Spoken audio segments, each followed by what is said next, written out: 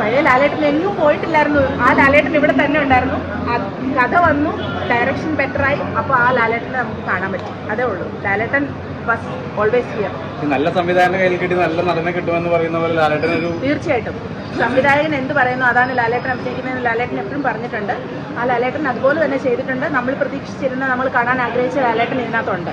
എല്ലാവരും ലാലേട്ടനെ മിസ് ചെയ്ത് എല്ലാവരും എവിടെയും വെയിറ്റ് ചെയ്യരുത്, നേരെ ഓടി വന്ന് തിയേറ്ററിൽ പോയി സിനിമ കാണുക. പൈറേറ്റഡ് മൂവിക്ക് വേണ്ടി വെയിറ്റ് ചെയ്യരുത്, അവിടെ എവിടെ വരുന്നൊന്നും കാണരുത്, തിയേറ്ററിൽ വന്ന് കാണുക. ഇതിനകത്ത് ഫൈറ്റൊക്കെ കാണാന്ന് പറഞ്ഞാൽ തിയേറ്ററിൽ തന്നെ കാണണം. എൻ്റെ പൊന്നു മക്കളെ, അമ്മ അതിരി ഇടി ഫൈറ്റൊക്കെ ഇഷ്ടപ്പെടുന്നവർക്ക് രോമാഞ്ചം വരുന്ന ഫൈറ്റുകളാണ് ഇതിനകത്ത്.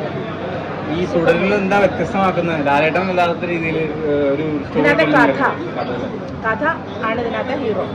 പിന്നെ ലാലേട്ടനും കൂടെ വന്നു കഴിഞ്ഞപ്പോൾ ലാലേട്ടൻ്റെ ഭാവം എന്ന് പറഞ്ഞാൽ നമ്മൾ എല്ലാവരും എപ്പോഴും എന്താ പറയുന്നത്, വിസ്മയത്തോടെ നോക്കുന്നതാണ് ലാലേട്ടൻ്റെ മുഖത്തേക്ക്. അതെല്ലാം ഉണ്ട് ഇതിനകത്ത്.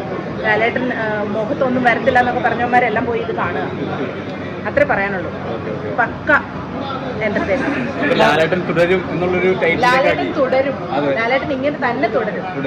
നല്ലൊരു സംവിധായകന്റെ പടങ്ങൾക്ക് ഇനിയും ലാലേട്ടന്റെ തുടരും. തീർച്ചയായിട്ടും. ഫാൻകൾ എന്താ പറയാനുള്ളത്? ഫാൻകളോ? Love you ലാലേട്ടാ.